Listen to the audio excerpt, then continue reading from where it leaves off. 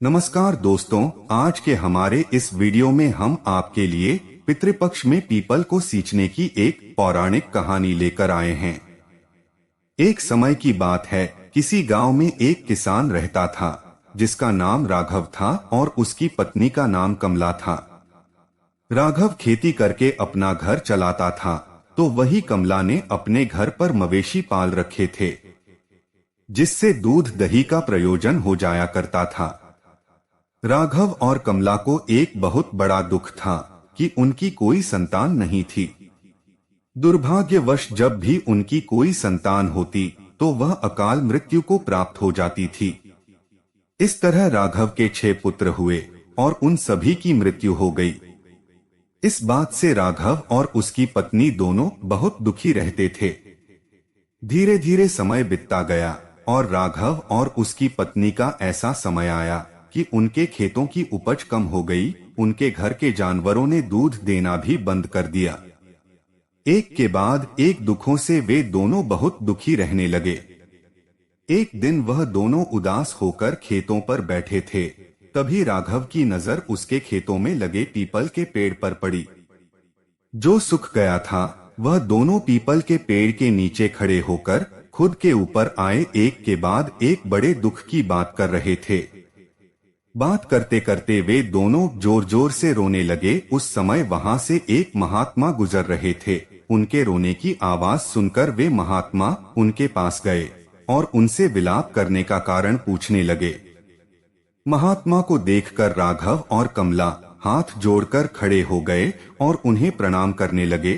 तब महात्मा उनसे पूछते हैं, तुम दोनों क्यों रो रहे हो? तो राघव बोला, प्रभु, हम दोनों बहुत समय से संतान का दुख झेल रहे हैं और अब ना तो जानवर दूध दे रहे हैं और ना ही हमारे खेतों में उपज बाकी रही।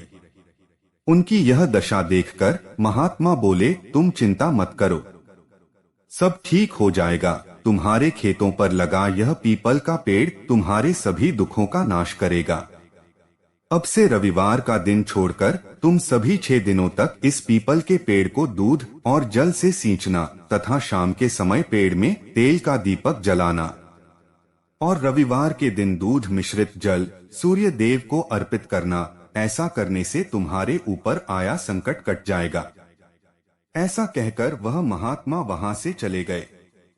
राघव और उसकी पत्नी ने महात्मा के कहे अनुसार पीपल के पेड़ को सींचना शुरू कर दिया और शाम को पीपल के पेड़ के नीचे तेल का दीपक जलाने लगी।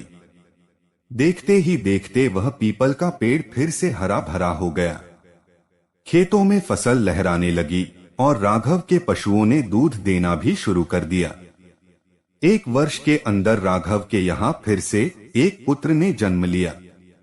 अब राघव और उसकी पत्नी बहुत खुश थे। उनके जीवन में आए सभी कष्ट दूर हो गए थे। उनके घर में सुख, समृद्धि और संतान का वास हो गया था।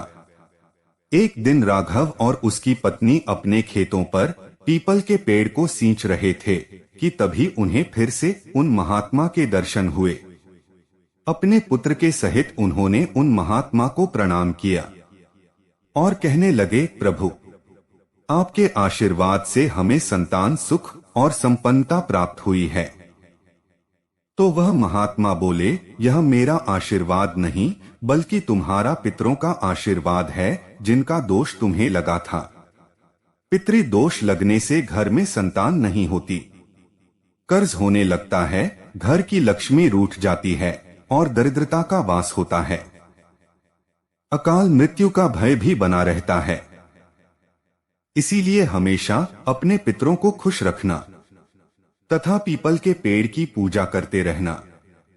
ऐसा कहकर वह महात्मा वहां से चले गए और राघव और कमला अपने पुत्र के साथ मिलकर पीपल के पेड़ को रोजाना सींचते रहे। जय पितृ देवता।